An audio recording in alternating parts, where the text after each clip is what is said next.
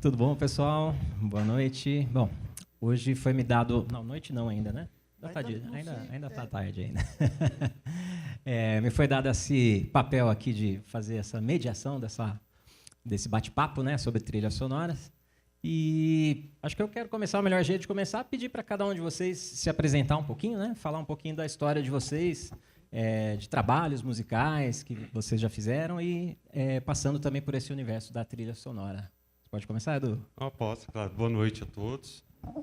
Meu nome é Eduardo, eu sou músico, sou formado em composição, estudei aqui em Campinas, mesmo quando eu conheci o UOL, acho que foi em 2011, né? Por aí, 2010.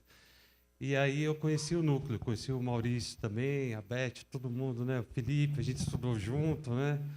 E eu venho trabalhando com o núcleo nas oficinas desde então.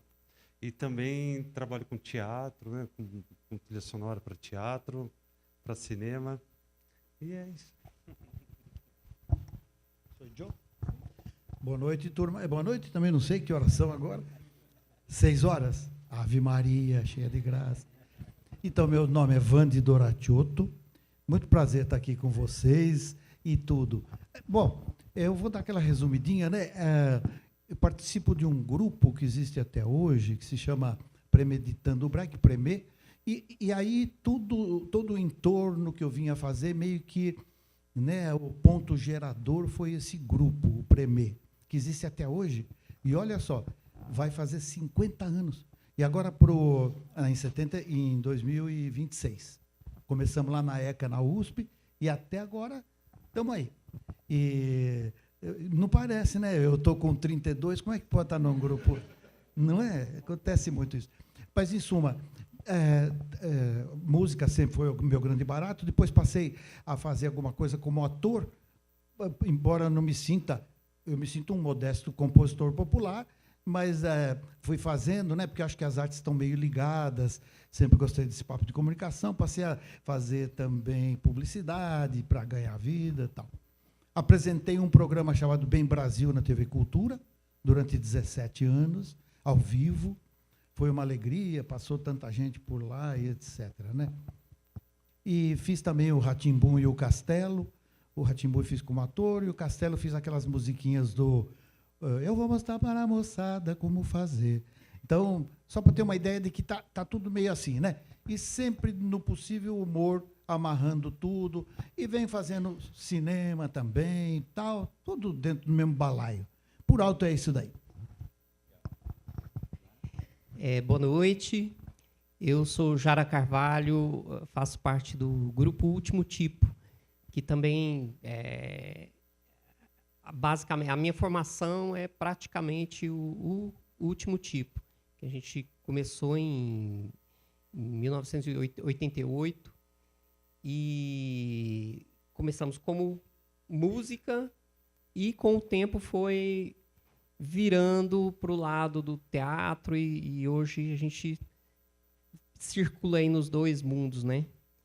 E a gente começou a gente fez algumas trilhas para o núcleo, né? Para o filme do UAU, do Squarize, e isso também foi lá para os idos dos anos 90. E de lá para cá foram vários trabalhos juntos. E é um grande prazer que eu tenho de participar disso, participar dessa criação, né? Então, é basicamente isso. Já vou aproveitar que você está aí com o microfone e já vou continuar o papo aqui com você. Essa parte de trilha sonora, você já fazia sozinho também ou sempre foi com o Último Tipo envolvido? Não, a gente sempre com o Último Tipo. A minha vida artística é praticamente, fora um pouquinho antes que cantei em coral, né? É basicamente o Último Tipo. Então a gente eu tenho umas experiências com o grupo e depois sem o grupo fazendo algumas trilhas para os poemas que a Velu faz, para os outros trabalhos menores, né? Legal. E essa parte de trilha para animação começou com o núcleo? Ou já Começou com o núcleo. Você lembra qual É. filme foi? Foi o Flash, que foi um filme que o Squarize produziu com um grupo, acho que era o Correia Escola, né? Que era uma oficina. E eles fizeram a animação e a gente foi e colocou a trilha, que, aliás, era uma trilha bem interessante, que ela é bem desconstruída, né? Musicalmente, assim, bem legal. E bem diferentona. Legal. Você consegue falar um pouquinho mais desse trabalho? Como é que foi? Porque eu imagino assim, eu como músico, participando de bandas ou fazendo trabalhos de composição direcionado para um outro tipo de coisa, é bem diferente quando a primeira vez que surgiu para fazer para uma animação, né, uma coisa que já tem uma história sendo contada, eu fiquei um pouquinho travado, assim, né? Então, você pode contar como é que foi, né? Foi uma surpresa para você? Ou você já buscava isso? Foi um encontro? Como é que foi? A gente, assim, tinha vontade, né? A gente já fazia trilha, tinha feito trilha para um espetáculo de teatro, de amigos nossos, né? Mas não para filme. Então, era uma coisa que a gente tinha vontade de fazer.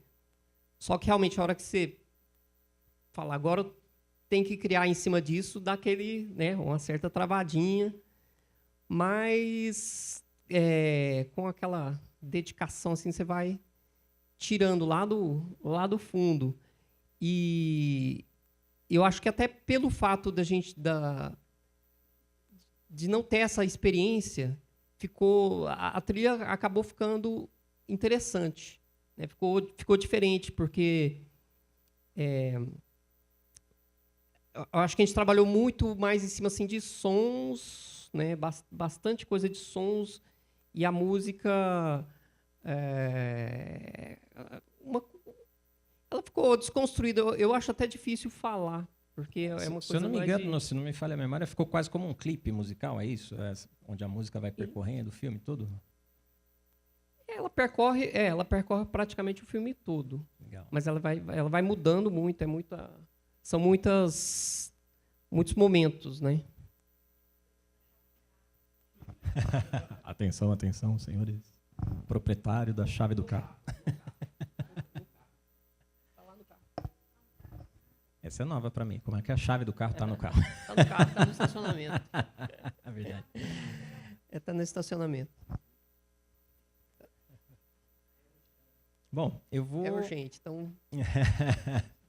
Acha aí. Pronto. Olha, ó. Resolvido. Provavelmente nas mãos do Van já sai um sambinha aí, né? Desculpa a aí. chave do carro Desculpe tá no carro. A aí. chave do carro tá no carro. Vai ficar bom, hein?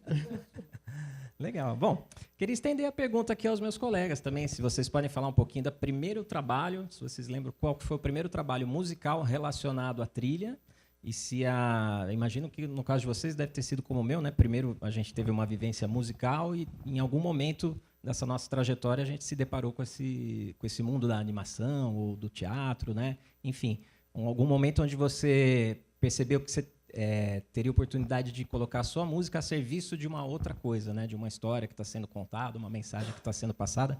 Porque esse acho que para quem faz trilha é o grande diferencial, assim, né? A gente está acostumado a compor o que a gente sente, o que a gente quer demonstrar, o que a gente quer expressar, mas no filme não é só a nossa expressão, o nosso interesse. A gente tem que dar um jeito de unir isso à história que o filme necessita também, né? Então é um papel, um exercício diferente, né, para os músicos. Vou passar o microfone aqui. Vande, depois Eduardo, se puder falar um pouquinho. Eu acho que eu começo falando de uma coisa maior que, a meu ver, é o cinema. Para mim, a manifestação é a ferramenta mais importante para a transformação do ser humano, é o cinema, nas artes, porque ela abrange tudo. Psicologia, música, teatro. Eu tenho fascínio por cinema, embora não seja aqueles caras que conheçam de nome os filmes dos anos 30, 40, mas gosto muito dos filmes franceses. E tive a sorte de ser convidado para fazer uma série de filmes longa, né? E tudo, a maioria papéis pequenos, e um dele, eu digo porque tem um cineasta chamado Hugo Giorgetti, que é um máximo. Ele olha tudo que ele vê pelas ruas, desde o cantoneira de uma casa. Eu estou dizendo isso porque não dá para você trabalhar com arte se você não é um observador sagaz das coisas, da cidade, do povo, né? Como se movimentam, e o Hugo vê tudo isso. Uma venda que tem um negócio diferente, e é muito importante isso, porque às vezes a pessoa vai se intelectualizando e se distanciando dessa vida pedestre, né? Que é onde tudo acontece. A meu ver, o melhor do Brasil, sem populismo algum, é ainda o que vem da base. A força da nossa cultura, a força da presença negra. Isso é que é fundamental, né? E tal. O uso, às vezes, é mal feito no futebol, no próprio carnaval, mas aí não é culpa do movimento. Bom, em suma, então acabei fazendo coisas para o cinema, ou participando como um ator e tocando. Eu lembro dos filmes dos Trapalhões, eu tinha esquecido, quando você falou, que eu nem lembro o nome, mas com o Premier. Fizemos, não a trilha toda, fizemos um trechinho. E a gente ficou orgulhoso, né? Os Trapalhões, Nossa Senhora.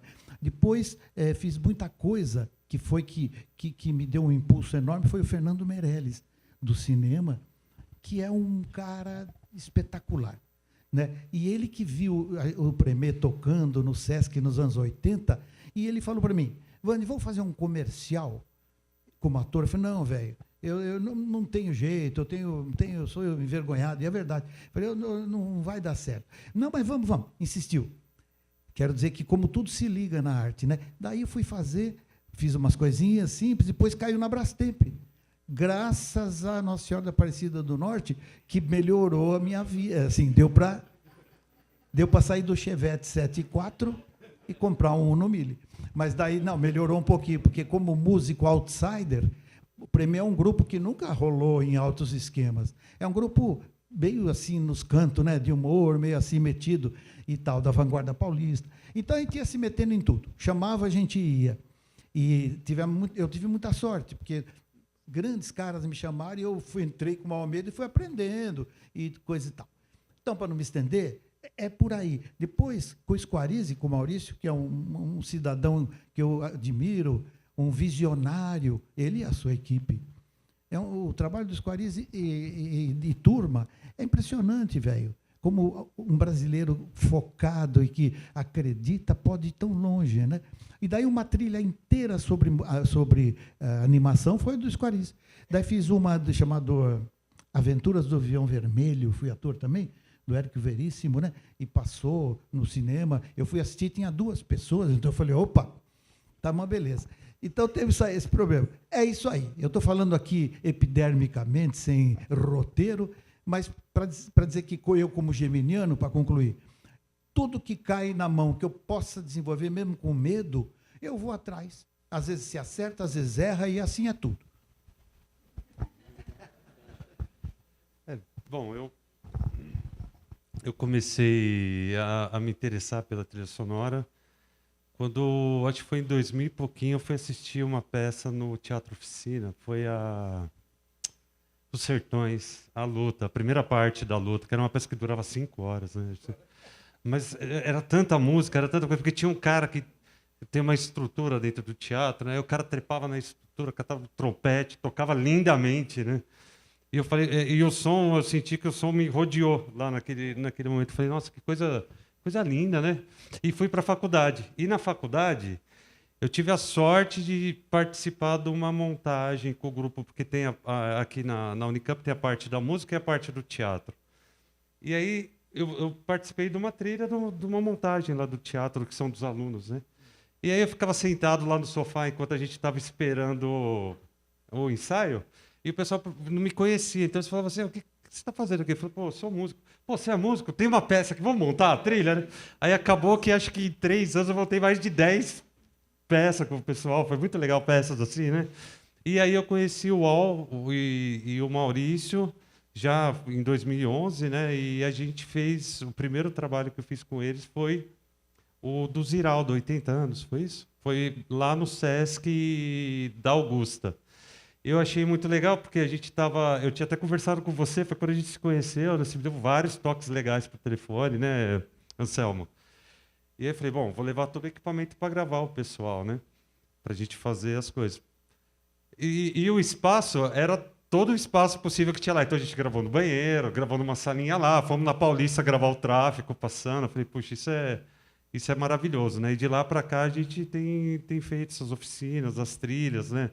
A trilha do filme que o Ual fez, do Imigrante, foi um filme muito legal, né, cara?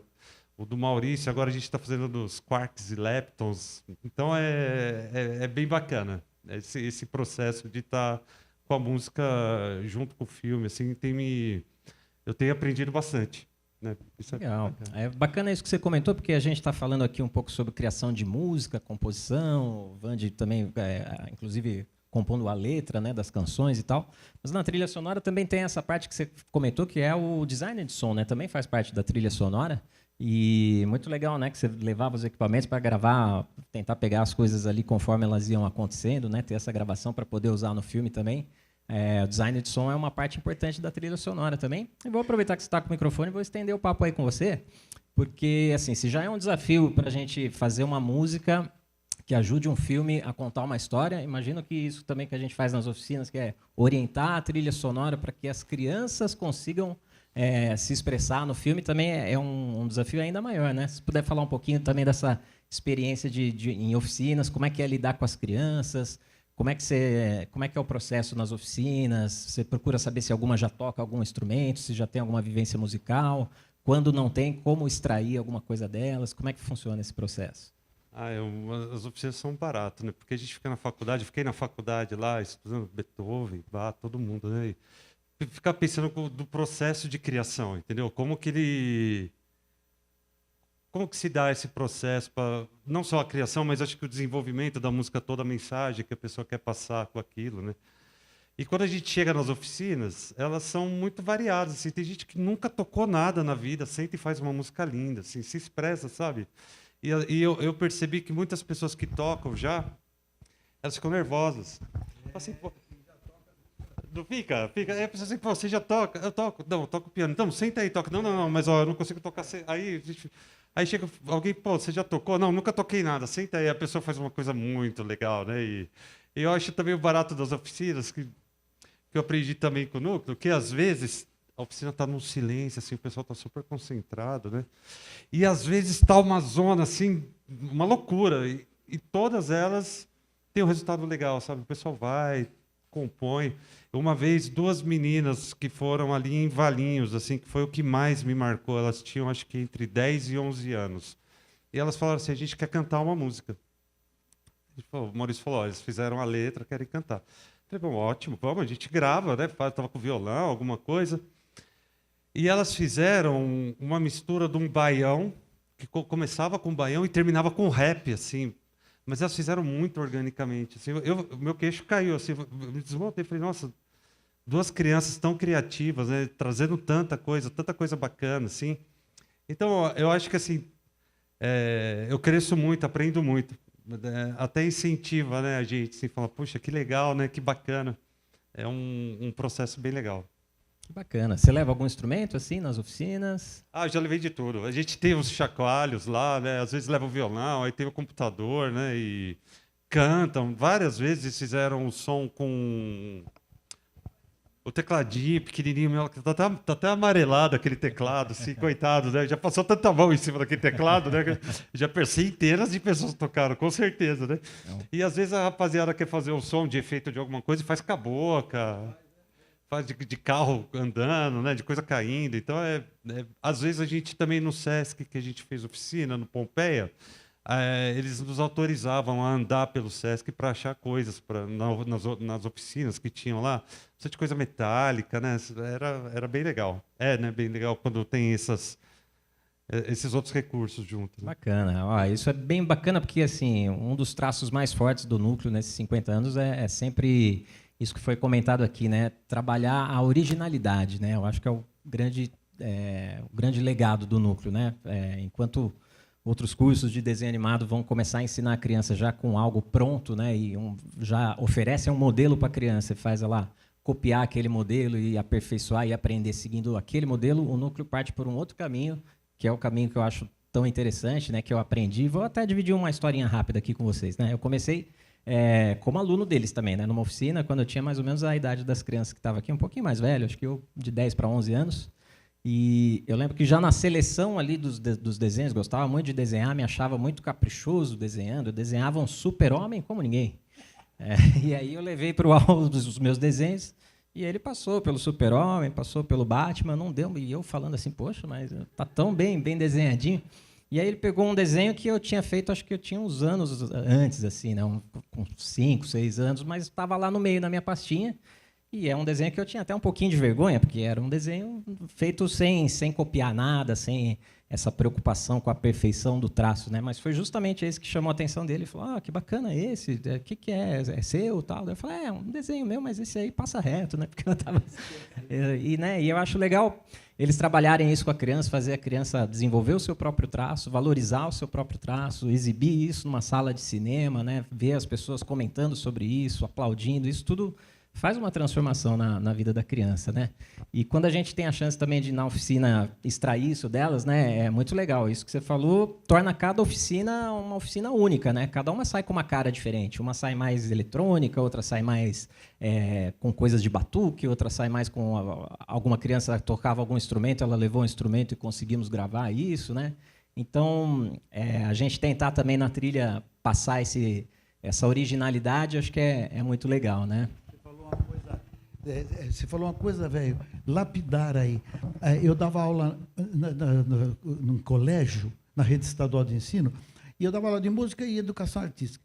Daí, que era a minha praia, né? E daí a diretora dessa escola, tudo meninada legal e tudo, com o jeitinho deles. Daí dava algum desenho, alguma coisa, se saísse fora, ou essa coisa de colorir, não pode passar um pouquinho. Isso aí é tenebroso, porque a criança, no desenho, né, ela tem símbolo e não realidade, ela representa. Então, muita escola ainda hoje, acho que a maioria não faz, muita escola ainda corrige, vai lá, faz outro, né? Digo aqui para aqueles que não estejam a par, sejam mais novos, tendo filhos, não corrija desenho. Às vezes ela faz a mãe enorme, o pai pequenininho. O pai fala, eu sou desse tamanho. É porque é o significado da mãe, que é sempre mais do que o pai. Daí fala, esse homem não passa na porta dessa casinha, deixa, é a porta dela. Parece pouco, mas é isso que você falou, velho. Esse costume meu de falar velho, mas isso que você falou é bem legal. Aquilo que originalidade, você usou essa palavra, né? Originalidade que você consegue na oficina. Outra coisa que você falou, beleza? O nosso grupo, o Premier, surgiu na ECA, que é uma escola de música da USP, que todo mundo tinha vergonha de mostrar o que fazia. O cara tocava trompete, outro piano, outro clarinete, instrumentos diferentes um pouquinho, instrumentos de orquestra, e os caras tinham vergonha. Então, nós montamos o grupo com bandolim, cavaquinho, violão, fazendo samba de breque, Moreira da Silva, Macalé, uns caras antigos aí que a maioria não deve se lembrar muito, e fomos passando por aí pro rock, pro rap, pro choro, né? Com aqueles grandes músicas de choro do Brasil, né? Pixinguinha, essa turma maravilhosa que gerou, que é quase um jazz, né? Etc. Então, acho que vocês falaram duas coisas fundamentais para a criação. Tem que ser livre, né? É lógico que a criança precisa ser educada, mas não nesse sentido. A criatividade é a coisa mais maravilhosa da criança. Passa pelo negócio daquele que pega o piano que não sabia e toca, né? Isso aí eu tenho como meta e fico muito preocupado que as crianças fiquem livres para desenhar e etc. e tal. Daí, assim, elas podem obedecer regras que são necessárias, não é a criança livre enchendo o saco de todo mundo, mas no desenho é que ela sublima as histórias e os cambal. Acho, tanto que se ela vai fazer psicologia, vai num psicólogo, numa psicóloga, ela vai ver através do desenho, né? É muito importante essas oficinas. Falei bastante. Chega. Não, chega não. Continua aí continua aqui que eu quero te perguntar uma coisa. Vou aproveitar para, né, já aproveitando da minha posição aqui, posso satisfazer minhas curiosidades pessoais também, né? E sempre que eu encontro algum músico que também trabalha com trilha, eu tenho sempre a curiosidade de perguntar qual que é o processo criativo dessa pessoa, né? Você se depara ali com filme, principalmente no seu caso, né, que geralmente você faz as músicas onde envolve tanto a melodia, quanto o arranjo, quanto também letras, né? E que vem primeiro? Vem primeiro a letra na sua cabeça, depois você começa a musicar? Ou a música vem primeiro e a letra entra depois? Cada processo é um processo? Como é que funciona? Então, eu digo assim, baseado no filme do Maurício Squariz, eu fiz com o Danilo Moraes, que não é porque é meu filho, mas ele é músico mesmo. Eu tenho o maior orgulho, porque desde menininho fizemos tudo, minha mulher e eu, tudo assim, deixa ele, mas observando, né? E virou músico realmente profissional, sem nunca ter, nem dei aula para ele, um amigo deu, etc. Faz parte desse assunto que eu falei antes. Então, o Danilo e eu fizemos no filme do Squarize, que é bonitinho e tem um enredo. Então, o répito que eu lanço para alguém que for falar, como é que eu faço, cara?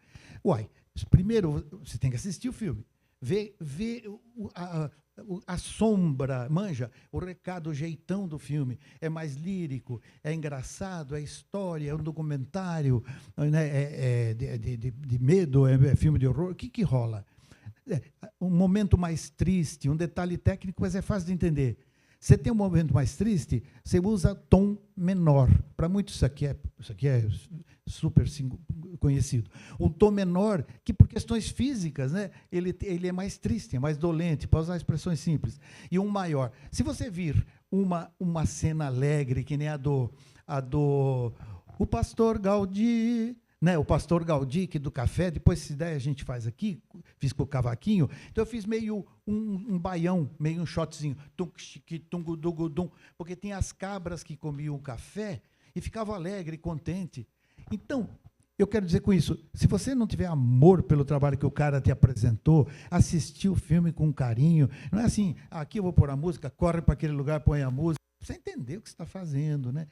A tua pergunta, rapidamente. Às vezes vem tudo junto, velho. Eu gosto muito de imaginar também a letra, e o Danilo, o filho, é muito bom também, canta muito bem, harmonia, tudo. Então, nós caminhamos com muita facilidade. E não é que, então, como eles fizeram, muita coisa que a gente fez, não gostamos, então não levamos para o Maurício, não pusemos no filme. E eu vou dizer, sem falsa modéstia, eu assisto o filme e vejo, acho que está, desculpa aí, modéstia, está muito adequada a música ao filme. Eu não estou dizendo para mas assim, pelo cuidado que nós tivemos, acho que acertamos, entende? E eu vejo que as pessoas retornam também nesse sentido. Pronto, é isso aí que explica. Pega um negócio, que eu fiz novela. E eu não gosto de novela. Não, eu admiro atores grandiosos. Nossa, então eu vejo com distanciamento. Eu fiz uma novela na Globo, prometi nunca mais. Chamava, como é que chama, Mara? Sangue Bom, da Maria Adelaide Amaral, que escreve muito bem. Eu cometi um erro flagrante, porque é aquela confusão que é, aquele monte de ator e decora. Eu não gosto disso. Então, eu pegava meu pedacinho ali, escrevia num papel e lia o meu. Eu nem sabia direito o que se tratava a história. Então, isso é ridículo. Eu faço aqui uma meia-culpa, mas fiz dentro do clima, conversava com os colegas depois da gravação. Mas eu não tinha vontade de ler aquele roteiro com amor, porque também a novela vai indo conforme o povo retorna. Para quem não sabe, tem umas senhoras que ficam atrás de um vidro e falam: o que você acha do personagem tal do Antônio Fagundes? Ah, não sei, não gostei. E aquilo lá, não, isso aí é bacana. Eles vão conduzindo, para muita gente isso aqui é comum, conduzindo a novela e o texto conforme o que o povo quer. Então, muitas novelas ficam plastificadas, com uma mensagem horizontalizada, sem graça, muitas vezes. E a novela está passando por uma dificuldade tenebrosa agora. 200 capítulos, por questões comerciais.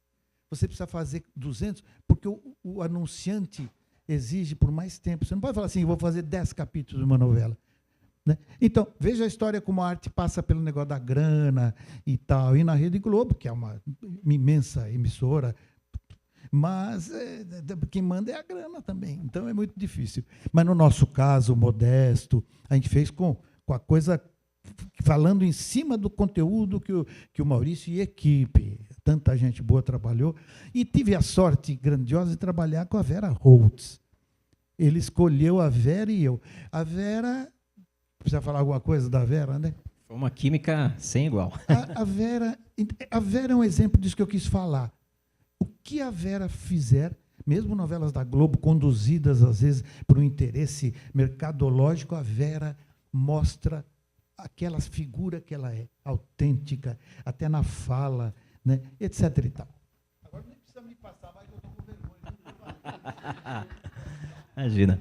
Deixa eu continuar o papo aqui com o Jara. Então, Jara, falando agora um pouquinho mais específico de um trabalho seu com o Núcleo, quer comentar de algum trabalho em específico? De repente, um que eu participei junto com você também foi o longa-metragem, né? Da História Antes de uma História, né? Se você quiser comentar um pouquinho como é que foi o processo, desde quando surgiu o convite, quais foram as primeiras ideias para esse filme, as primeiras músicas que vocês desenvolveram, como que foi esse processo também para vocês? Vocês trabalham em conjunto, vocês todos na equipe, ou primeiro você faz o rascunho e depois o resto do pessoal vai complementando? Como é que funciona? Na verdade, cada trabalho um é diferente do outro, a forma de criação, né? Então, por vezes... Agora, o que é assim, sempre é assim, a gente tenta penetrar bem na ideia, né? Da coisa. Então, por exemplo, o longa do UAU, a História Antes de uma História, ele ia passando para a gente lá os storyboards, as sequências e tal, e falando, e bom que a gente teve bastante tempo, né? Porque o filme foi desenvolvido com muito tempo, e na parte que nos coube... Vocês tiveram a chance de fazer as canções antes da animação, né? Foi antes. A animação foi se acertando ao tempo das canções, né? Isso foi antes da animação. Então, a gente foi... Isso, de certa forma, é mais difícil, né? Porque quando a gente pega já o filme já pronto, ali a sequência animada, você já tem uma visão diferente. Eu costumo ser assim, geralmente, quanto mais limitação eu tenho, mais produtivo eu sou. Quando me dá muita liberdade de prazo e tudo, eu vou fazer no último dia. Né? Então, nossa, e realmente assim, cada um é uma forma, né? O dual, que foi as sequências assim, a gente foi criando bem lentamente também. A coisa foi vindo, acho que primeiro eu fiz uma música e tudo junto, letra e música, porque ele deu uma ideia do entretanto, que era vamos dizer, uma questão muito importante dentro do filme, né? Tem que ter um entretanto. E eu gostei daquela ideia e me veio toda a letra e a música na sequência. Eu acho que eu parti mais da letra. E o Del também já fez outras partes. E a parte do zotroscópio, que o Al gosta demais, essa aí a gente fez praticamente no estúdio. A gente criou mais ou menos, e depois no estúdio é que realmente colocou, que a gente criou. Então, foi assim. Agora tem uma outra trilha muito que a gente adora, que é a do filme do Squarize, os Haikais do Príncipe, que são Haikais do Guilherme de Almeida, né? Porque o filme é a história do Guilherme de Almeida. Então, o Maurício separou os haikais e trechos de poemas também curtos, né? E a gente musicou. Já é uma coisa, um trabalho diferente, né? Você já tinha essas letras prontas e você teve que criar uma melodia, imaginar como é que isso seria. Exatamente. Cantado. Então é uma outra forma de criar e que, nossa, a gente gostou demais de fazer e realmente assim, a gente ganhou até prêmios, né, com essa trilha. Inclusive a gente vai fazer aqui Spoilers. Vamos fazer aqui essas músicas. E acho que legal. Por aí. Temos músicos na plateia ou não? Temos? Alguém quer fazer alguma pergunta aqui para os nossos convidados? É impossível que os músicos não tenham curiosidades para perguntar aqui. Peraí, deixa eu levar o microfone aqui para você. Ó. Não, eu também gosto Aliás, eu morri de inveja quando o Vande fez a tua trilha, Maurício. Foi muito legal, né?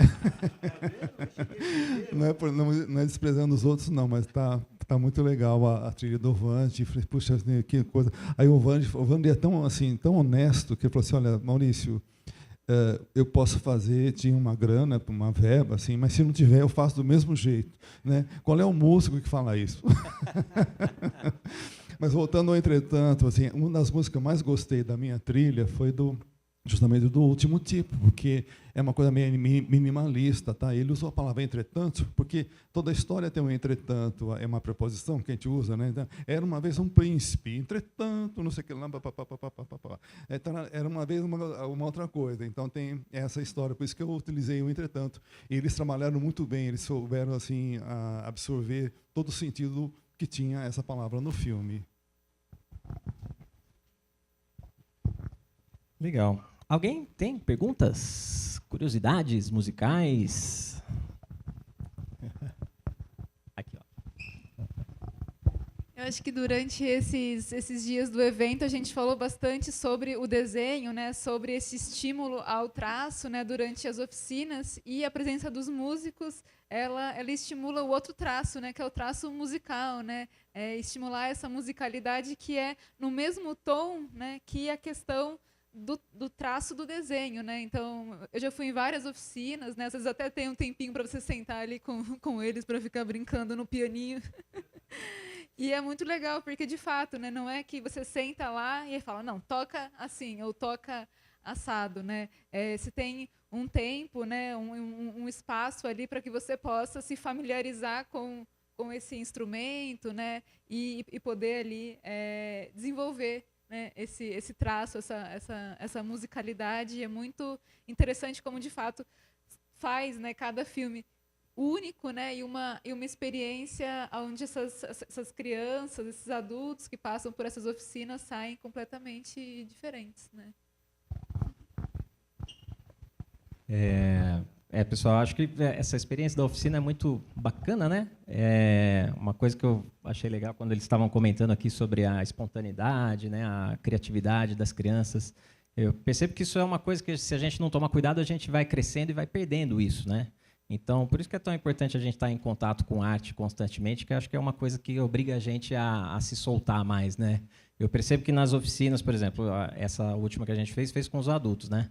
Quando eu tiro o meu tecladinho para começar ali a fazer alguma coisa, a primeira coisa que vem dos adultos é: mas eu não toco, mas eu não sei tocar. É a preocupação deles. Então, nos primeiros minutos, meu trabalho é acalmar. Eles: calma, é só uma ferramenta, ela tem diversas maneiras de ser usada, vamos conhecer ela primeiro, tal. Diferente das crianças que, geralmente, quando eu tiro o teclado, quem nunca viu um teclado na vida fala: eu quero, e sai batendo alguma coisa ali e fazendo sons e criando coisas e se expressando a partir daquilo. Então, eu acho legal a gente tentar não perder essa espontaneidade que a gente tem de criança, né, e fazer isso perdurar pela vida. E uma outra coisa que eu me lembrei dessas oficinas também, né, é que a coisa da mesa de luz, o desenho, né, é muito estimulante. Mas tem uma coisa muito interessante do som, né, que é o microfone, né? A gente escuta coisas que normalmente a gente não consegue perceber, né? Então, quando vão fazer alguma captação com as crianças, com as pessoas que estão ali participando da oficina, e coloca o fone, e você começa a colocar o direcional, e ali se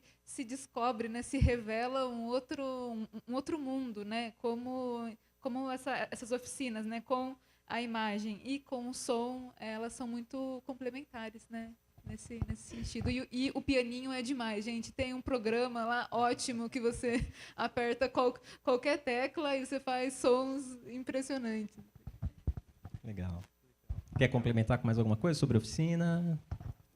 Não, eu achei legal isso também que a Rebeca trouxe, quando você pega o microfone, né, e eu estou tentando falar e não vai dar certo. E aí a pessoa descobre um outro mundo que está ali na frente dela, né, e da minha frente também, e às vezes eu não percebo esse mundo dos sons, essa sutileza, né, o ventilador, o movimento dos pés, a cadeira, né, é bem legal isso daí. Acho que é uma expansão artística assim muito forte, né, muito delicada ao mesmo tempo, sabe? É bacana isso.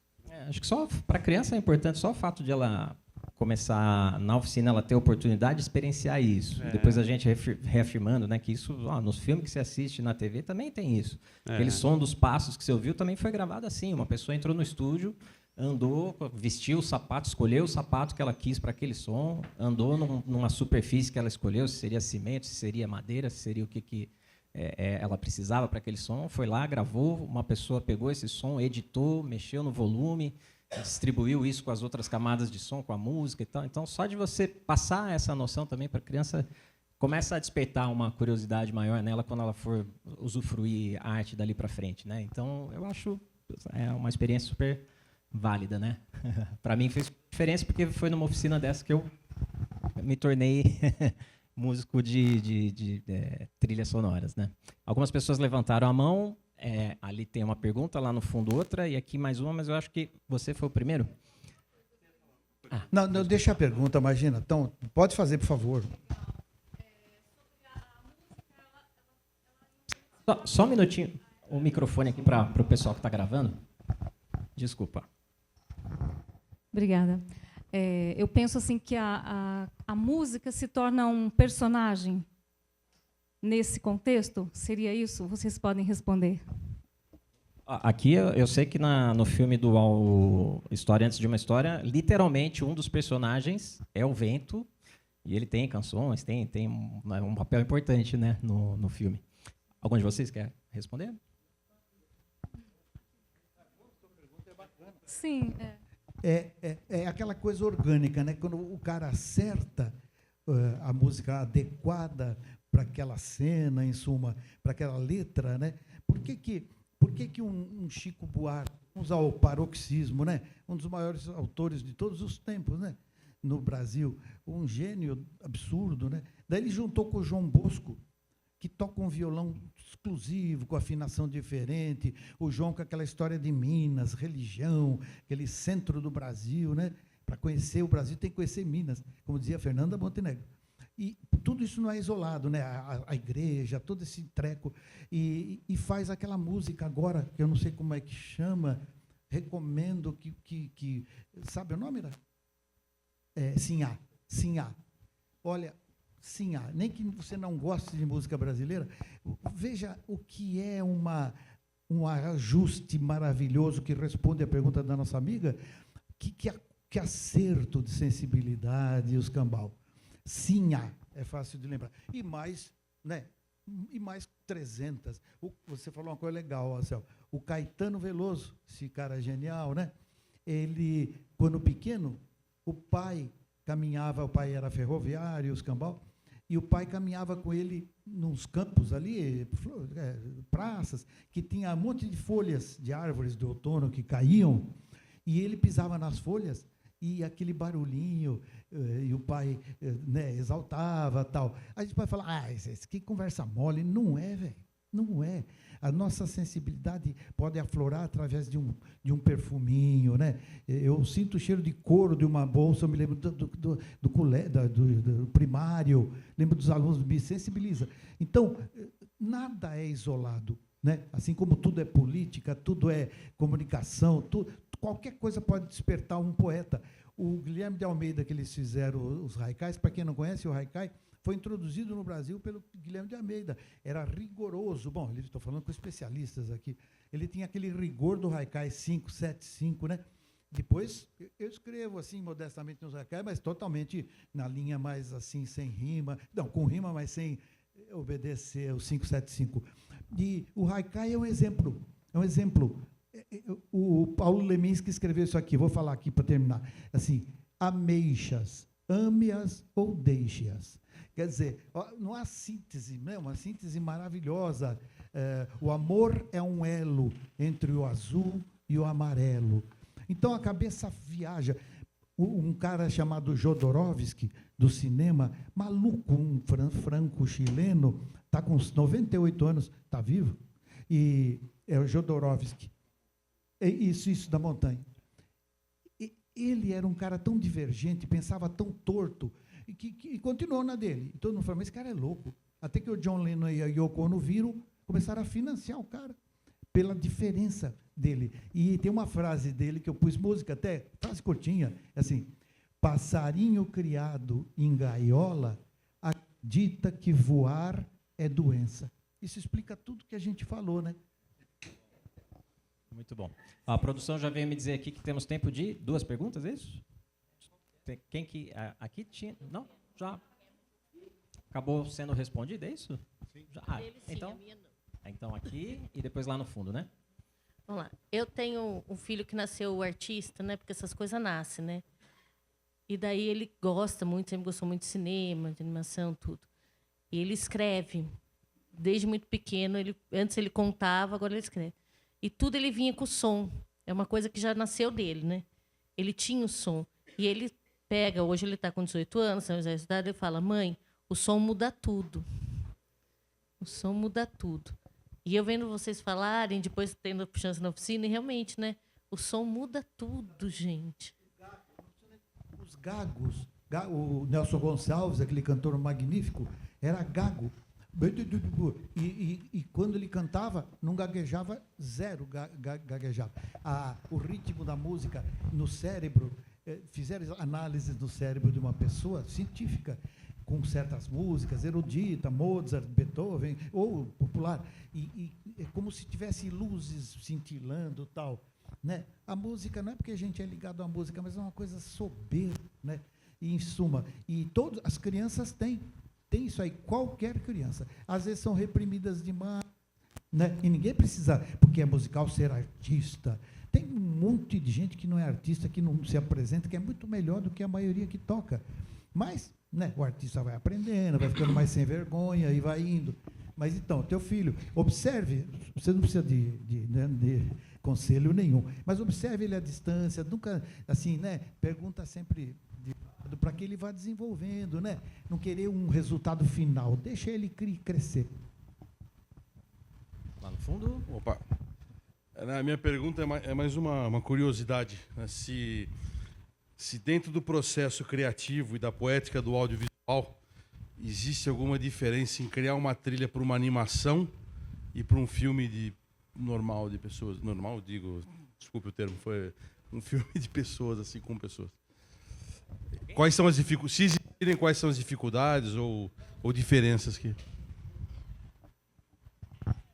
Eu acho que basicamente não.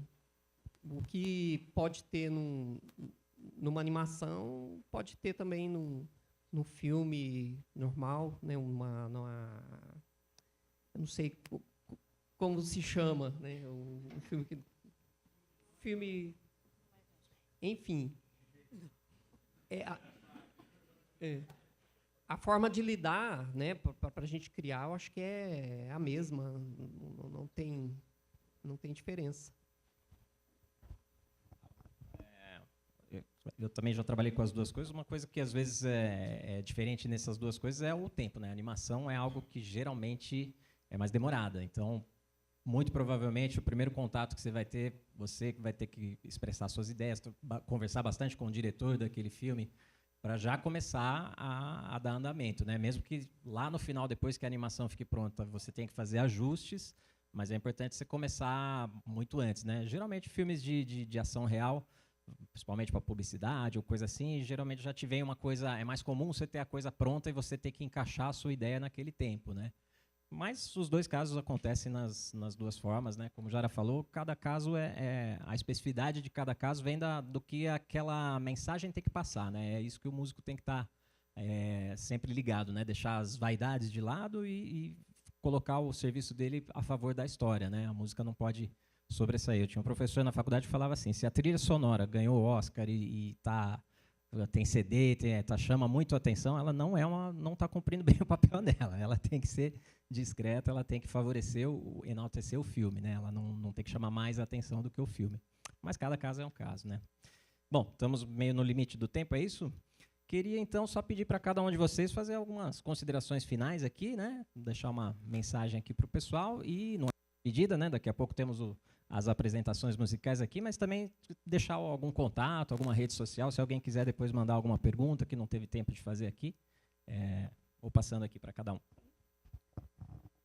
Então, foi um prazer imenso participar aqui dessa roda E desse aniversário, né, de 50 anos do núcleo, que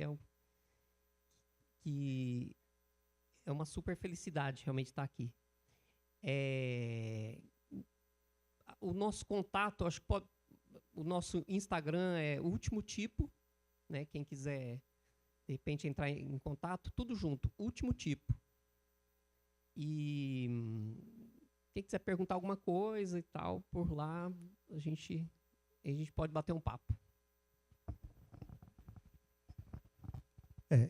Então, reforçar o meu amor pela arte, estar com esses companheiros, como eu diria, aqui, e pensar numa coisa, eu acho, como cidadãos brasileiros, tal, a gente vê o quão importante é a gente viver numa democracia, embora ainda incipiente, que não consegue atender a todos, né?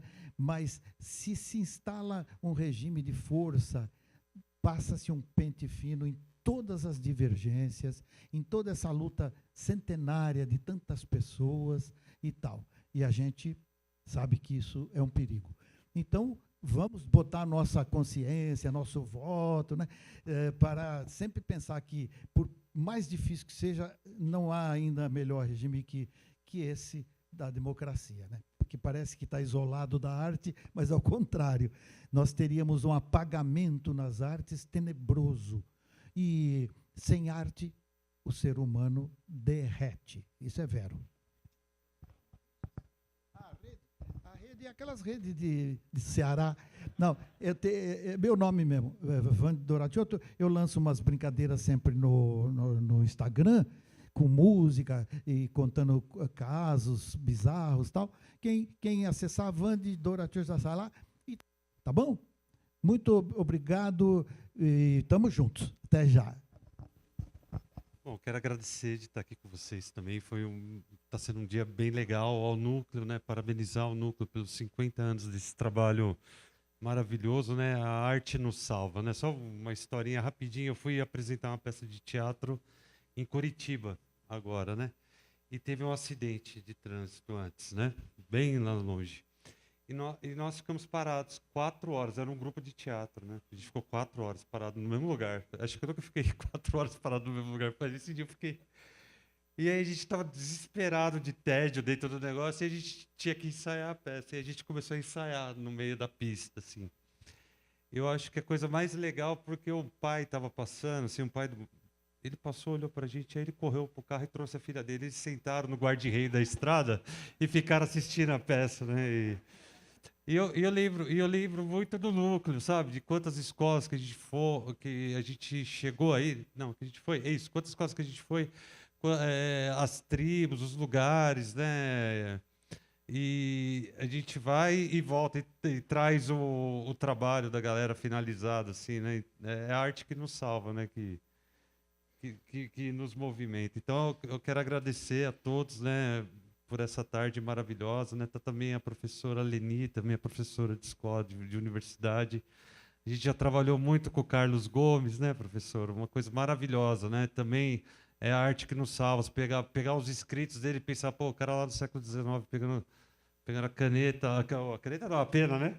A pena, e escrever e falando, vamos ver aonde isso vai chegar, né?